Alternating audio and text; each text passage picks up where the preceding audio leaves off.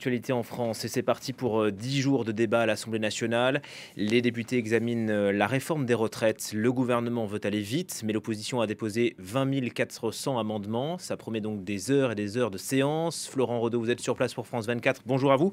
C'est un long débat, un long combat, qui débute à 16 heures. Oui, un long combat et il débute, comme vous l'avez dit, à 16 heures. Bonjour à toutes et tous. Le débat parlementaire qui s'ouvre enfin après cette séquence dans les rues, après ces mobilisations des 19 et 31 janvier. Il faut sortir sa petite calculette en fait pour comprendre ce qu'il se passe ici. Elisabeth Borne et son gouvernement ont besoin de 40 voix pour faire passer leur réforme des retraites. Et ces 40 voix, ils vont tenter d'aller les chercher chez les Républicains, un groupe composé de 62 membres, et à cette heure, une vingtaine, selon les dernières informations, hésiteraient toujours, ne seraient pas convaincus par les dernières propositions du gouvernement. Quelles sont-elles justement ces propositions?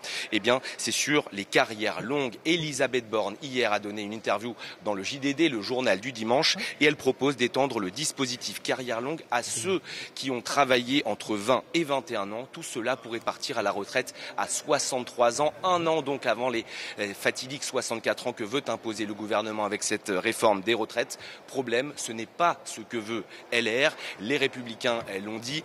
Eux préfèrent en fait que ceux qui travaillent depuis leurs 16 ans, entre 16 et 21 ans, puissent partir à la retraite après seulement 43 annuités. On prend l'exemple de quelqu'un qui a commencé à 17 ans à travailler. Avec ses 43 annuités, il pourrait partir à la retraite à 60 ans, 4 ans donc avant la date limite que veut imposer le gouvernement. Vous comprenez donc tout l'intérêt de ces discussions. Alors, ce n'est pas un dialogue de sourds pour l'instant. On peut parler d'un pas de deux mal réglé peut-être. En tout cas, hier, Xavier Bertrand l'assurait, c'est une réponse en trompe-l'œil du gouvernement. On va voir comment cela se passe dans les débats ces prochains jours. En tout cas, Éric Ciotti, le patron des Républicains, lui, l'a dit, s'il y a des concessions dans ce domaine sur les carrières longues, ce que demandent les LR, eh bien, il y aura une très large majorité LR pour voter le texte. Réponse donc dans les prochains jours dans l'hémicycle.